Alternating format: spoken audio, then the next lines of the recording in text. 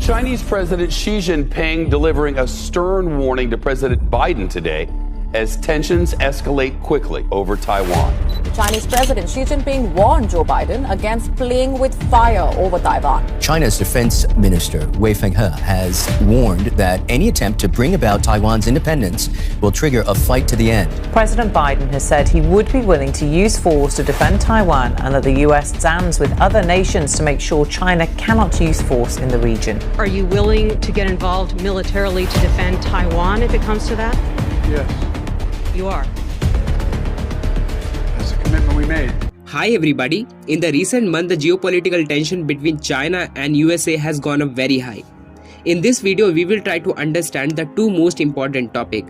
First, China's war strategy over Taiwan and how this geopolitical tension can lead to a devastating war between China and USA. To understand the war strategy of China over Taiwan, first you will have to understand the brief background about why China is showing aggression toward Taiwan. It all started when US House Speaker Nancy Pelosi visited Taiwan. उसी वक्त से China ने Taiwan के ऊपर aggressive military operation करना शुरू कर दिया और जैसे जैसे दिन गुजरते गए वैसे वैसे चाइना का aggression over Taiwan has kept on increasing और ताइवान को लेकर बढ़ती जियोपॉलिटिकल टेंशन की वजह से even a minor miscalculation here and there could lead to a devastating war between China and USA and all around the world. और क्योंकि इसमें वर्ल्ड की दो मोस्ट पावरफुल कंट्रीज इन्वॉल्व हैं, तो इस वॉर का इम्पैक्ट हमको ऑल अराउंड द वर्ल्ड देखने मिलेगा। That will take even a century to recover. तो चलिए अब समझते हैं कि what is the war strategy of China over Taiwan and secondly how Taiwan can protect itself with the help of USA and Japan against mighty China. And lastly, how the escalating tension between China and USA can lead to a World War III. To understand all this scenario, first you will have to understand the geography or the map of China and Taiwan. You see, mainland Taiwan के अलावा Taiwan के छोटे छोटे Iceland Chinese territory के पास भी है। That is known as Kinmen island and Matsu Iceland.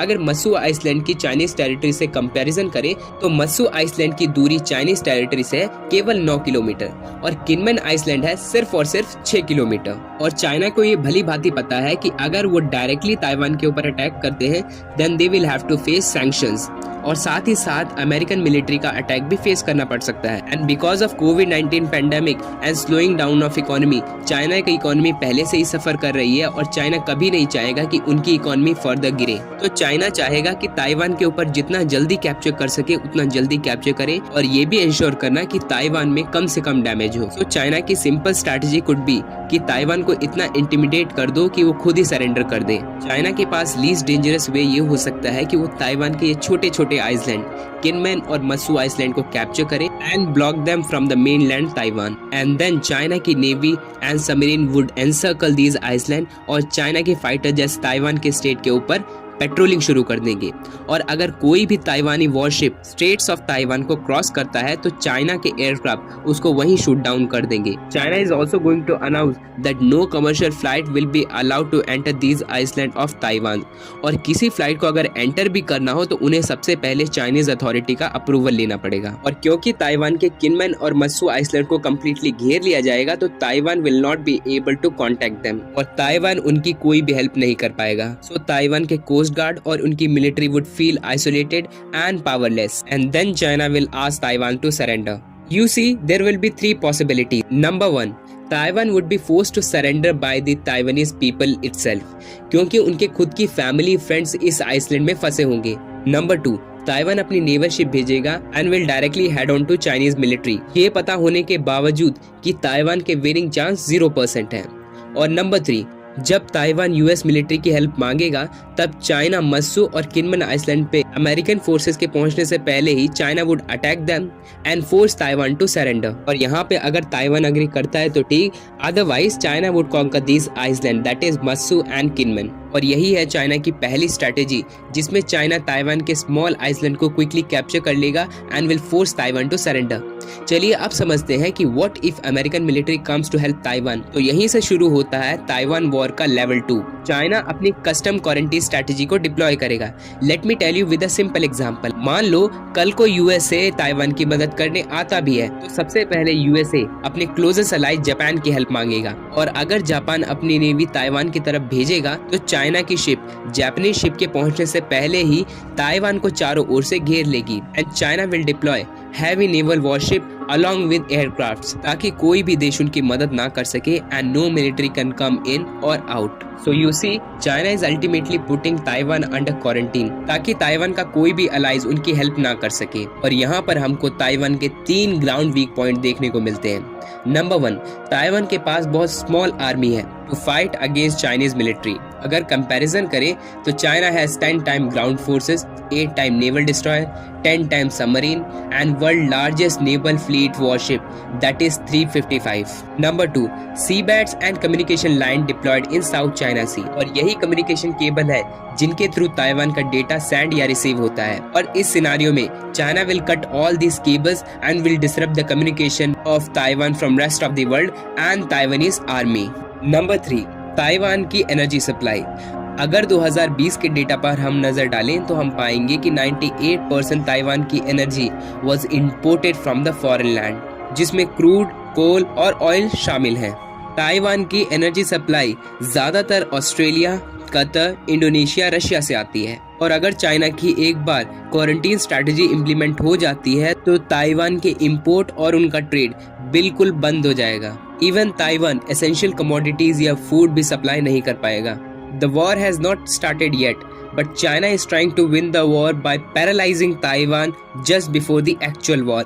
So China would ask Taiwan to surrender without communication, without energy, with a very less army, allies being so far.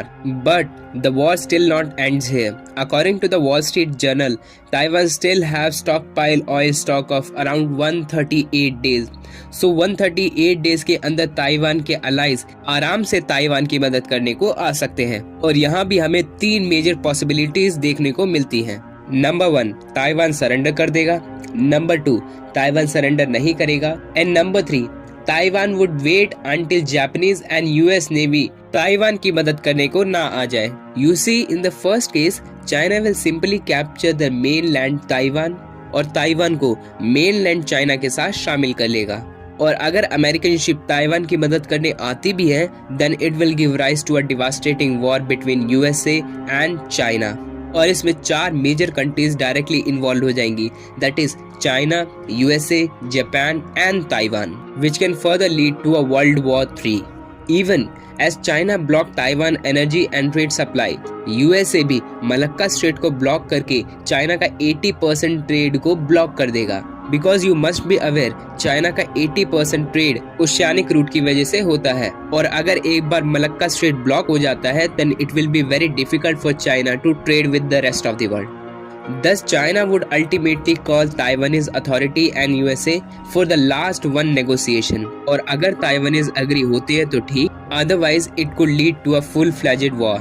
और क्योंकि manufacturing और semiconductor countries इसमें directly involve होंगी तो इसका impact हमें all over the world देखने को मिलेगा, like iPhone industry, gaming equipment, automobile sectors, even textile industries, इन सब पे हॉल्ट लग जाएगा। और जिस तरह रशिया यूक्रेन वॉर के टाइम पे रशिया से बहुत सारी इंडस्ट्रीज ने पुल आउट कर लिया था, वैसे ही चाइना से बहुत सारी इंडस्ट्रीज पुल आउट कर लेंगी and they will start coming to India, Indonesia, Bangladesh and Vietnam. और अगर ताइवान अग्री नहीं होता है then it can lead to a third possibility, that is China would try to damage Taiwan as much as possible by bombing military base, power stations, government building through Chinese aircraft. Secondly, China के naval warship would try to attack Taiwan from the coast. And lastly, China's aircraft would enter Taiwan to seek attack Taiwanese airfield, ports, command center, etc. As a result, Taiwan would deploy underground center and would deploy regular naval military ship in the South China Sea in order to counter Chinese Navy. After China's attack, Taiwan का infrastructure, military, air force etc. will be completely damaged and destroyed. पर एक perspective ये भी हो सकता है कि अगर यूएसए ताइवान की मदद करने आता है तो इस सिनारियो में भी हमारी 3 मेजर पॉसिबिलिटीज निकल के आती हैं। Number 1, China would conquer against American army and capture Taiwan. Number 2, China would lose against USA and Chinese army and navy would return to mainland China. And number 3, these escalating war between USA and China may lead to a nuclear war between China and USA. और क्योंकि 1945 में हमको nuclear weapon का devastating impact हमें Japan की Hiroshima और Nagasaki पे देखने को मिला था, वैसा ही सिनारियो हमारे USA और चाइना की वॉर में हो सकता है. And also it can also lead to a devastating and horrific World War III. That's it from my side. अगर वीडियो आपको पसंद आया तो please like it, please share it. Thank you.